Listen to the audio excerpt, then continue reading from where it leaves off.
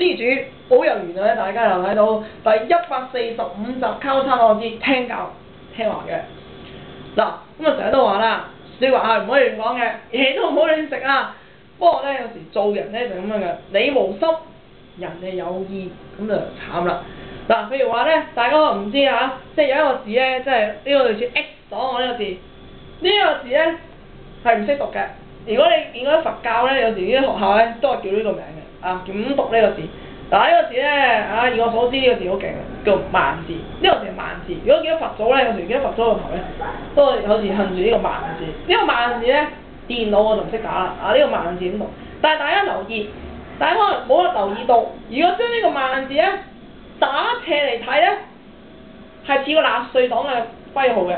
所以大家明白呢個萬字咧，絕對係唔可以打斜嘅。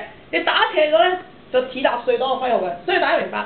嗱，而家你知納粹黨咧，連德國自己都係非法嘅，咁所以咧，逢係做啲咩納粹黨活動咧，都係犯法嘅。咁所以咧，大家明白啦，佛教嗰個萬字咧就係打正嘅，納粹嗰個萬字咧就係打斜嘅，而呢個咧就係古亞安嘅十字，所以就叫納粹黨嘅徽號啦。所以大家明白，千祈唔好攞佛教嗰個名咧就係行騙啦，就千祈唔好呢咁打斜咗個萬字，咁變咗咧就變咗納粹黨咁唔係幾好啦，尤其是啦，你知而家歐洲好鬼多人都好憎納粹黨嘅，如果你真係做咩你做咩着件萬字嘅衫，咁出面人哋以為係納粹黨，咁咪死得啦。所以咧嗱，嗰啲佛教聯合會乜乜會嗰啲咧，佛教啲人應該即刻講我哋萬字，所以應該大家知嗰啲乜鬼希特拉嗰啲完全冇關係嘅，所以我發慈悲阿彌陀佛即係希望佛祖都知道希特拉啲嘢啦